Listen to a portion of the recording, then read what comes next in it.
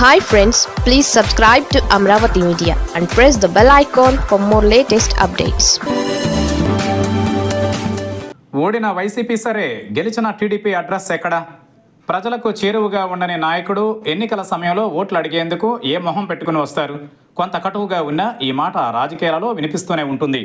మరి ఈ మాట అందరికీ వర్తిస్తుందా, లేక కొందరికేనా అంటే ప్రజల పరంగా చూసుకుంటే అందరికీ వర్తిస్తుంది, కానీ నాయకుల పరంగా చూసుకుంటే కొందరికే వర్తిస్తుంది.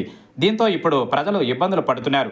ఓడిపోయిన వాళ్లను మేము అడగలేం, గెలిచిన మా నాయకుడు మాకు కనిపించడు, మా సమస్యలు ఎవరికి చెప్పుకోవాలి అని టీడీపీ కేంద్ర కార్యాలయం మంగళగిరిలోని ఎన్టీఆర్ భవన్కు వస్తున్న వారు చెబుతున్న మాట. మరికొన్ని చోట్ల అసలు కార్యాలయాలే ఓపెన్ చేయలేదు. ఇక ఇంకొన్ని చోట్ల తమ అనుచరులను పెట్టి ప్రజల నుంచి వస్తున్న ఫిర్యాదులు తీసుకుంటున్నారు తప్ప వాటి పరిష్కారానికి మాత్రం చొరవ చూపడం లేదు. ఇది అధికార పార్టీలకు చెందిన నాయకుల పరిస్థితి.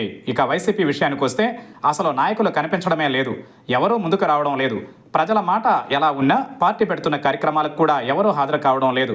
దీంతో గెలిచిన వారు, ఓడిన వారు కూడా ఒకే తరహా రాజకీయాలు చేస్తున్నారన్న ప్రచారం జరుగుతోంది.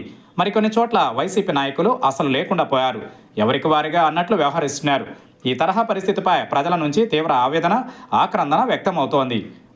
అవును, నిజమే, ఇలా జరుగుతోంది, కానీ పరిస్థితిని మారుస్తున్నాం, ఎమ్మెల్యేలను కూడా బాధ్యులను చేసేందుకు ప్రయత్నిస్తున్నాం, దీనికి కొంత సమయం పడుతుంది అని టీడీపీ నేత పల్లా శ్రీనివాసరావు చెప్పుకొచ్చారు. ఇక వైసీపీలో అయితే ఈ మాట కూడా ఎవరూ చెప్పడం లేదు. పైగా జగన్ చెబుతున్నా ఎవరూ పట్టించుకోవడం లేదు. దీంతో ఇరుపక్షాల నాయకులపై ప్రజలు బేజారెత్తుతున్నారు. Hi friends, please subscribe to Amravati Media and press the bell icon for more latest updates.